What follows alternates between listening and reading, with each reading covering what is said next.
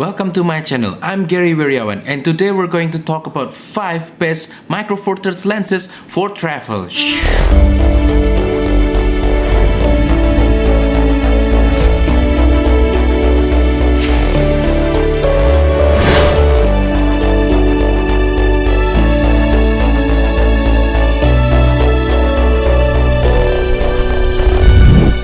Before we continue with this video, this is just a quick reminder for you to support my channel by liking this video, sharing this video, and subscribing to my channel down below. Thank you, and let's continue with the video.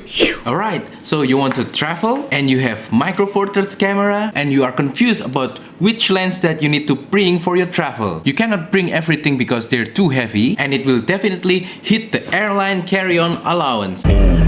So in this video, I will suggest to you 5 best micro four thirds lenses for travel. And in the end of this video, I will show you some different kind of combination of these lenses so that you can use it on different kind of situations. With those combinations, you don't have to carry everything, but you can still cover a lot of focal length that you need. Yes. Lens number 1. Lens number 1 is the Laowa 7.5mm f2 lens. This lens is the perfect wide angle lens if you need ultra wide angle focal length. It has a very wide field of view of 7.5mm in micro four thirds or about 15mm in full frame, which is very wide. It has a fast aperture of f2 and it is also small, light, and portable. Also, it is sharp, contrasty, and it produces really good image quality. Nice. The only drawback of this lens is that it's a manual focus only lens. And if you shoot wide open at f2, there's a slight vignette on the corners of the frame. But I think the positive of this lens outweigh all the negatives of this lens, so I can highly recommend this lens for travel. Nice. Lens number 2. Lens number 2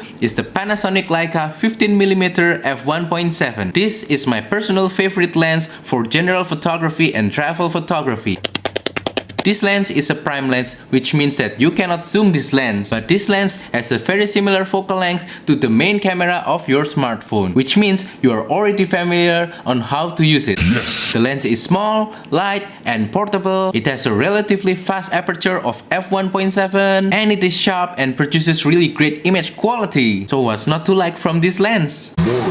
The only drawback of this lens is that it cannot zoom, but still this lens is very good and it is my personal favorite. So if you don't need a zoom lens and you want something minimal that is very high quality, then I can recommend this lens for travel. Yes. Lens number 3. Lens number 3 is the Panasonic 12 to 35mm f2.8 or its Olympus version of 12 to 40mm f2.8. I currently don't have the Olympus version of this lens, but I heard that it's as good as the Panasonic, if not better. I personally love this lens because it's a zoom lens, but it has a large constant aperture of f2.8. Now, if you don't need a telephoto lens, then this is the only lens that you probably need. Nice. This lens is also sharp, contrasty, and it produces really great image quality. And as a plus, it also has an image stabilizer, so you can take a picture on a slower shutter speed or record video with a smoother footage. The only drawback of this lens is that it's slightly larger than the previous lenses that I recommend to you, and it is slightly heavier too compared to the other lens, but it's still a micro four thirds lens,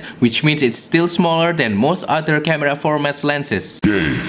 So I can recommend this lens for travel if you need a zoom lens with large aperture. Yes. Lens number 4. Lens number 4 is my Panasonic 35 to 100mm f4 to f5.6. So far, the other lenses that I recommend to you are either wide angle lens or normal field of view lens. So if you need a telephoto lens that doesn't go into the ultra telephoto territory, the Panasonic 35 to 100mm is my telephoto of choice for travel. Yes. I personally don't use telephoto lens a lot during travel, and if I know that I'm going to use a telephoto lens, then I'm gonna bring my dedicated telephoto lens. So this is more like a backup lens when you need something telephoto. This lens is sharp, it is lightweight, and it produces great image quality at all focal lengths. This lens also has image stabilizer for both photo and video, and it goes all the way to 100mm in micro four thirds, which means it's a 200mm in full frame. Did I mention that this lens is small? Look at how small it is. The only drawback of this lens is that it doesn't have large aperture, so you cannot really do bokeh with this lens.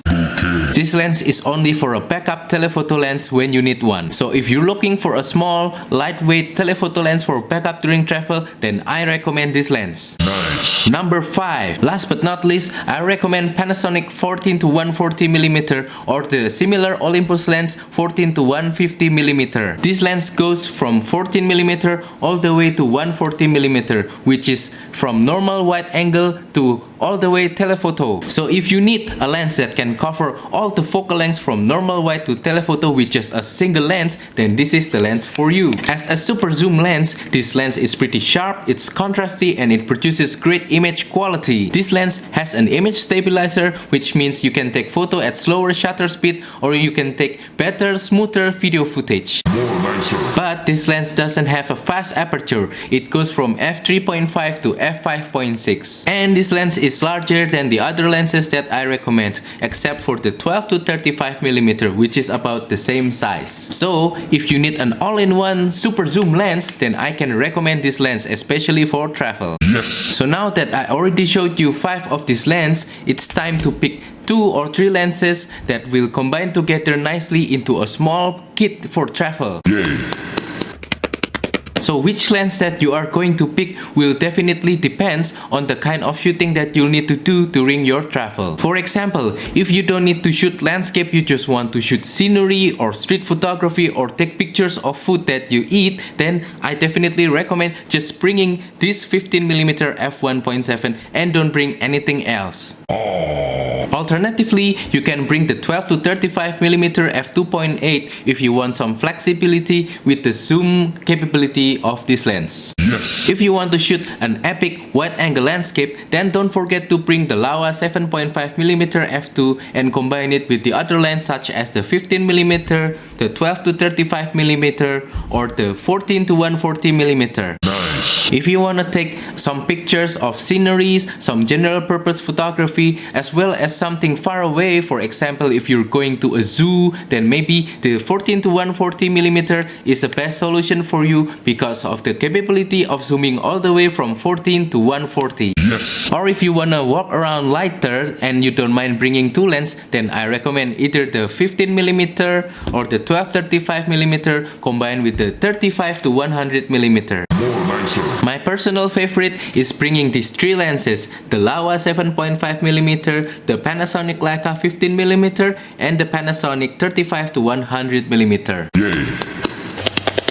With these 3 lenses, I can cover pretty much everything, and when I'm using just one camera, the weight will be reduced as opposed to carrying a zoom lens that is both larger and slightly heavier. So that is all for today's video. I hope this video has been useful for you. Please let me know in the comment down below what is your favorite lens for travel. Also, please don't forget to support my channel by liking this video, by sharing this video, and subscribing to my channel down below. Thank you and goodbye.